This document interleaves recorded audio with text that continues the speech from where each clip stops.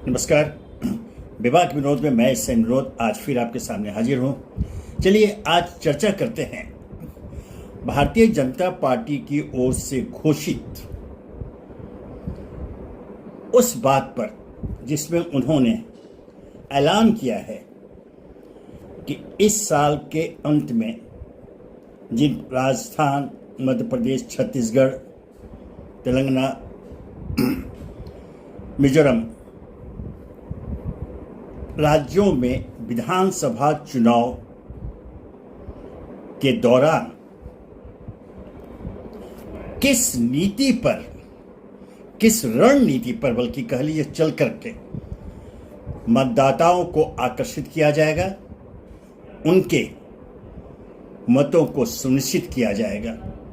Bharatiya Janata party ने इसकी एक रणनीति बनाई है। अब तक आपको मालूम हो गया होगा, भारतीय जनता पार्टी ने फैसला किया है कि वे इन विधानसभा चुनावों में मोदी के चेहरे और उनके द्वारा निष्पादित कार्यों के आधार पर मतदाता के बीच जाएंगे। अच्छी बात है, लेकिन यहां एक सवाल खड़ा होता है, एक जिज्ञासा खड़ी होती है कि भारतीय जनता पार्टी जो बड़े दम्भ के साथ चाल, चरित्र और चेहरा को सामने रखकर जनता के बीच जाती थी या जनता के बीच जाकर के उनके आधार पर उनके वोट मांगती थी, वह भारतीय जनता पार्टी आज एक चेहरे पर निर्भर क्यों? उनका चाल, चरित्र और चेहरा क्या हो गया? ध्यान रखिए, आज भारतीय जनता पार्टी विश्व की सबसे बड़ी पार्टी होने का दावा करती है। आज उसका संगठन देश के हर कोने में तालुका स्तर पर है, तैयार है। उसके पास समर्पित कार्यकर्ताओं की कोई कमी नहीं, बल्कि एक भीड़ इकट्ठी है। उसके पीछे राष्ट्रीय स्वयंसेवक संघ का अनुशासित कैडर है जो सुनिश्चित करता है कि आम मतदाता भारतीय जनता पार्टी के पक्ष में वोट दे। इसके बाद उस सबसे बड़े संगठन को क्या हो गया कि वे एक चेहरे पर निर्भर होने के लिए विवश हो गए हैं, बल्कि बेबस है, यह कहा जा सकता है। आखिर क्यों? भारतीय जनता पार्टी की ओर से जो मुख्य विपक्षी दल है, जिसने लगभग 5-6 दशक तक देश पर शासन किया, कांग्रेस, उसके ऊपर भारतीय जनता पार्टी के नेता स्वयं प्रधानमंत्री मोदी बार बार क्या आरोप लगाते हैं? परिवारवाद का, व्यक्तिवाद का, कि एक परिवार, एक व्यक्ति उनकी ओर से आता है और पार्टी को संचालित करता है। ऐसे में आज यह पूछा जा रहा है कि भारतीय जनता पार्टी को बेबस होकर एक चेहरे पर निर्भर क्यों होना पड़ रहा है? क्या उनके पास कोई ऐसी सूचना है कि आज का मतदाता भारतीय जनता पार्टी के चाल, चरित्र और चेहरा से प्रभावित नहीं होने वाला? क्या उनके पास कोई ऐसी जानकारी है कि आज का मतदाता अब लोक लुभावने नारों से आकर्षित होने वाला नहीं? क्या भारतीय जनता पार्टी नेतृत्व को ऐसी कोई सूचना मिली है कि आज का मतदाता अब सिर्फ एक नरेंद्र दामोदर दास मोदी के नाम पर ही भारतीय जनता पार्टी को वोट देगा? अगर यह सच है तो हमारी जिज्ञासा भी सामने स्वाभाविक रूप से आ रही है कि आखिर ऐसा क्यों? हम जिस लोकतंत्र पर गर्व करते हैं, जिस लोकतांत्रिक प्रणाली पर गर्व करते हैं, उस लोकतांत्रिक प्रणाली में जहां लोक तथा जन भावना, जन इच्छा सर्वोपरि है। आज उसके ऊपर सवालिया निशान लगता है कि भारतीय जनता पार्टी को विवश होकर एक व्यक्ति पर निर्भर क्यों होना पड़ रहा है। ऐसा इसके पूर्व कभी नहीं हुआ। ध्यान रखिए, उन दिनों को याद कीजिए जब लोकसभा में भारतीय जनता पार्टी के मात्र 2 सदस्य हुआ करते थे, मात्र 2। उसके बाद उस कालखंड की याद कीजिए जब उनके नेता लाल कृष्ण आडवाणी ने राष्ट्रीय स्तर पर रथ यात्रा निकाली थी और जन जागृति किया था भारतीय जनता पार्टी के पक्ष में। वे सफल हुए थे। उसके बाद अटल बिहारी वाजपेयी को याद कीजिए, उनके प्रधानमंत्रित्व में पूरे देश को विश्वास था, पूरे देश ने उनका साथ दिया था। और अटल बिहारी जैसा नेता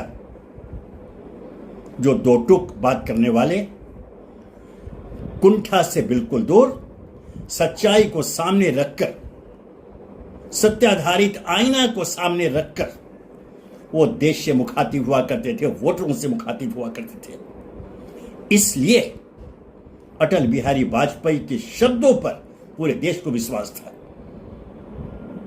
और प्रसंग से कहना पड़ेगा, जब अटल जी की बात करते हैं, स्वयं कांग्रेस के शासन के दौरान कांग्रेसी प्रधानमंत्री ने जब संयुक्त राष्ट्र में प्रतिनिधि मंडल भेजने की बात हुई थी तो विपक्ष के अटल बिहारी वाजपेयी को भेजा था। पूरा विश्व अचंभित रह गया था भारत की इस निर्णय पर कि वहां के शासक अपने विरोधी पक्ष के नेता को शासकीय प्रतिनिधि मंडल में भेजते हैं, संयुक्त राष्ट्र जैसी वैश्विक संस्था को संबोधित करने के लिए। यह अटल जी का व्यक्तित्व, उनके प्रति विश्वास था स्वयं सत्ताधारियों को, उस कांग्रेसी सत्ताधारी को, सत्ता पक्ष को, जिसके ऊपर आज पानी पी पी कर आरोप लगाया जाता है वंशवाद का, परिवारवाद का, एकल नेतृत्व का। लेकिन यह भी इतिहास के पन्नों में दर्ज है, आप इतिहास दोबारा लिखवा दीजिए। लेकिन ये सब बातें लोगों के दिल में, लोगों के हृदय में हृदयस्थ है, उसे आप अलग नहीं कर सकते हैं। और अटल बिहारी वाजपेयी ने भी हर मौके पर, चाहे वो संसद हो या बाहर कोई सार्वजनिक सभा हो, तथ्यों के आधार पर, सच्चाई के आधार पर पंडित जवाहरलाल नेहरू से लेकर इंदिरा गांधी तक, राजीव गांधी तक की प्रशंसा की है।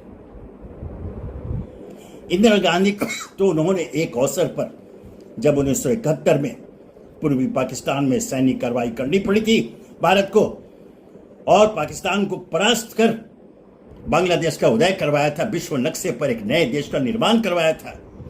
उसके बाद इसी अटल बिहारी वाजपेयी ने इंदिरा गांधी को दुर्गा कहकर संबोधित किया था। वो अटल बिहारी वाजपेयी थे, वह विपक्ष था। और आज क्या स्थिति है? हम जिस प्रसंग पर चर्चा कर रहे हैं कि एक मोदी के चेहरे पर आज भारतीय जनता पार्टी चुनाव लड़ने को विवश है, बेबस है, तो आखिर क्यों? क्या प्रधानमंत्री नरेंद्र मोदी अटल बिहारी वाजपेयी या लाल कृष्ण आडवाणी को हर कोण से पीछे छोड़ चुके हैं? कहा जाता है, कई सर्वेक्षण, अब चुनाव का समय आया है तो कई सर्वेक्षण आ रहे हैं कि सर्वाधिक लोकप्रिय राजनेता देश में अगर कोई है तो नरेंद्र मोदी है। हो सकता है, लेकिन बिल्कुल तटस्थ होकर, निष्पक्षता पूर्वक आम जनता के बीच में कोई जाए, जनता से बात करे, तब उसे हकीकत की जानकारी होगी। एक डर का, भय का वातावरण भी तैयार किया गया है। जब ऐसे कथित सर्वेक्षण करने के लिए लोग जाते हैं तो आम जनता अपने दिल की बात नहीं कह पाती है। वो जानती है कि उस पर निगरानी रखी जा रही है। बहुत ही पीड़ा के साथ मैं इसे यहां कहना चाहूंगा कि आज जो विपक्ष की ओर से आरोप लगता है कि एक अघोषित आपातकाल जैसी स्थिति बना दी गई है, इस आरोप में दम है। एक भय का, डर का वातावरण पैदा किया गया है और इस वातावरण के बीच सांप्रदायिक धर्म संप्रदाय के आधार पर नफरत का जो जहर फैलाया जा रहा है, उसके परिणाम सामने आने शुरू हो गए हैं। आज जय श्री राम लिखने पर बच्चे की पिटाई होती है। आज धार्मिक यात्रा निकालने पर सांप्रदायिक दंगे हो रहे हैं। क्यों? वह जो सांप्रदायिकता का जहर, जो सांप्रदायिक के आधार पर जो नफरत का जहर समाज में फैलाया गया है, यह उसकी परिणति, उसके परिणाम सामने, बल्कि दुष्परिणाम सामने आने शुरू हो गए हैं। और यह ध्यान रखें, यह किसी एक पार्टी के खिलाफ नहीं जाएगा, यह सिर्फ वोट लेने का माध्यम नहीं बनेगा। यह भारतीय लोकतंत्र की जड़ पर, उसकी नींव पर प्रहार है, उसे कमजोर किया जा रहा है। और कोई आश्चर्य नहीं कि अगर यह प्रक्रिया नहीं रुकी, इस पर अंकुश नहीं लगा, तो आने वाले दिनों में हमारे लोकतंत्र का क्या स्वरूप होगा, इसकी कल्पना से ही रोंगटे खड़े हो जाते हैं। ऐसा नहीं होना चाहिए। एक बात है, हम आश्वस्त हैं, देश का इतिहास हमारे सामने है कि जब जब ऐसी परिस्थिति पैदा हुई है, तो राष्ट्रकवि रामधारी सिंह दिनकर की वो पंक्तियां सामने खड़ी हो जाती है, सिंहासन खाली करो कि जनता आती है। जनता जब सजग होती है, सतर्क होती है, उसे लगता है कि लोकतंत्र को आहत कर लोकतांत्रिक प्रक्रिया, लोकतांत्रिक स्वरूप, लोकतांत्रिक चरित्र को विद्रूप करने की साजिश रची जा रही है या साजिश की गई है, तो जनता अंगड़ाई लेती है। और तब इतिहास साक्षी है कि जनता के सामने कोई सेना, कोई शासक नहीं टिक पाया है, नहीं टिक पाएगा। मैंने जिस भारतीय जनता पार्टी की चर्चा की, वहां विद्वत लोगों की एक लंबी कतार खड़ी है, समझदार लोगों की कोई कमी नहीं है उस पार्टी में। चाल, चरित्र और चेहरा का उनका उद्घोष यूं ही नहीं था। गर्व के साथ वो जनता के बीच में जाते थे, चाल, चरित्र और चेहरा को लेकर, और जनता ने उन पर विश्वास किया था। आश्चर्य लगता है कि उन विद्वत जनों की उपस्थिति के बावजूद आज चाल, चरित्र, चेहरा को छोड़कर एक मोदी चेहरा पर भारतीय जनता पार्टी निर्भर रहने को विवश क्यों है। यह सिर्फ भारतीय जनता पार्टी के लिए चिंतन का विषय नहीं, यह पूरी की पूरी लोकतांत्रिक प्रक्रिया के लिए चिंतन का विषय है कि आखिर ऐसी स्थिति पैदा हुई तो क्यों हुई। कहीं न कहीं कोई झोल है अवश्य। इस पर सभी राजदल तो चिंतन करें ही। देश का वह वर्ग जो राष्ट्रीय मुद्दों पर स्वयं को अलग नहीं रह सकता, उस पर अपने विचार प्रकट करता है, विचार मंथन करता है, उसके लिए भी यह चुनौती है कि इस व्यवस्था, भारतीय जनता पार्टी की व्यवस्था के पीछे जाए, उसके पार्श्व में जाए, ढूंढे कि आखिर ऐसी स्थिति क्यों पैदा हुई। क्योंकि जिस परिवार और व्यक्तिवाद के खिलाफ भारतीय जनता पार्टी ने जनता का विश्वास जीता, आज वह भारतीय जनता पार्टी भी लोकतांत्रिक पद्धति से इतर एक व्यक्ति पर निर्भर होने का विवश क्यों हुई है। इस पर भारतीय के विचारकों को, भारतीय जनमानस को विचार करना होगा, विचार मंथन करना होगा। क्योंकि जैसा मैंने कहा, ध्यान रखिए, यह एक किसी पार्टी विशेष की व्यवस्था का मामला नहीं है, यह लोकतंत्र की व्यवस्था का मामला है।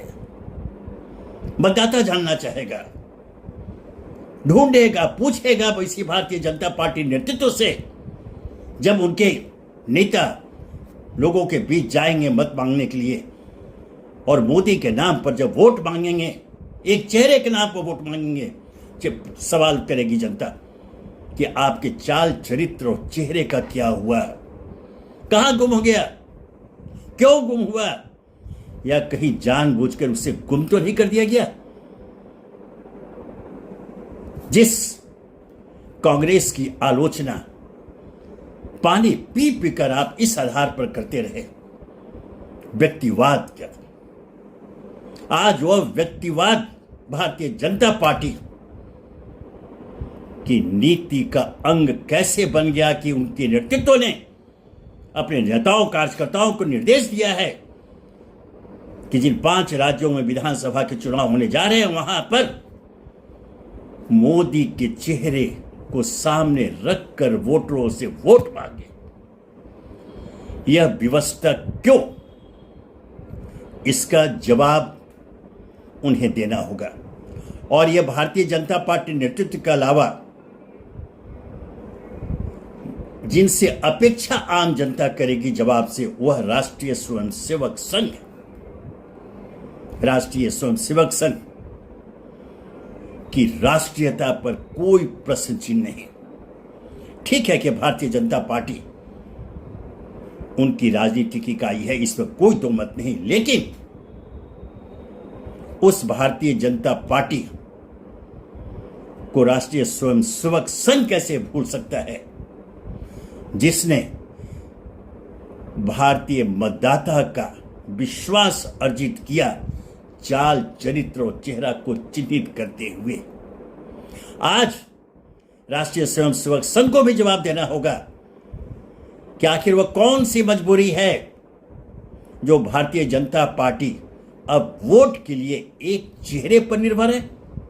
क्या हुआ उनके व्यापक संगठन, क्या हुआ उनकी नीतियों का, क्या हुआ उनके व्यापक विशाल जनाधार का। यह सवाल है, यह जिज्ञासा है, एक आम भारतीय नागरिक भी पूछेगा और इसका जवाब भारतीय जनता पार्टी नेतृत्व को, राष्ट्रीय स्वयंसेवक संघ को भी देना होगा।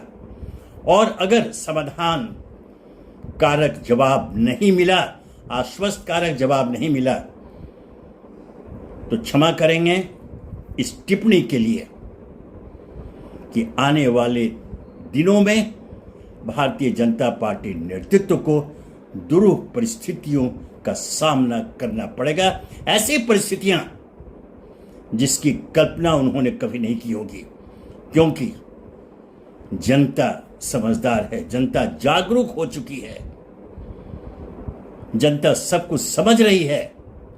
वह अब किसी लोक लुभावन नारे में पड़ने वाली नहीं। जिस प्रकार कांग्रेस का जो लोक लुभावन नारा था, रोटी कपड़ा और मकान, पहले उस नारे में तो आई, लेकिन बाद में जब उसके खोखलेपन को देखा जनता ने, तो कांग्रेस को उन्होंने दरकिनार कर दिया, हाशिए पर रख दिया। और आज उनकी क्या स्थिति है, किसी से छुपी हुई नहीं है। तो क्या भारतीय जनता पार्टी का नेतृत्व वैसे ही अवस्था में पहुंचना चाहता है?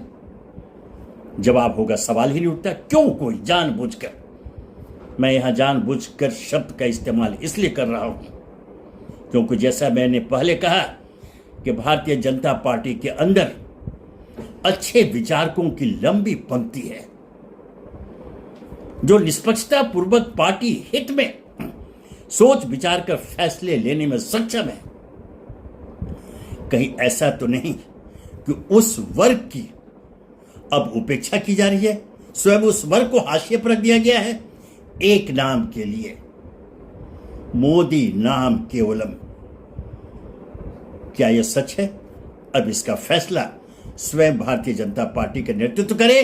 जवाब चूंकि उसे ही देना है और एक बड़ी जिम्मेदारी के रूप में राष्ट्रीय स्वयंसेवक संघ भी आत्मावलोकन कर विचार मंथन करे और जनता की इस जिज्ञासा का समाधान कारक जवाब दे। धन्यवाद।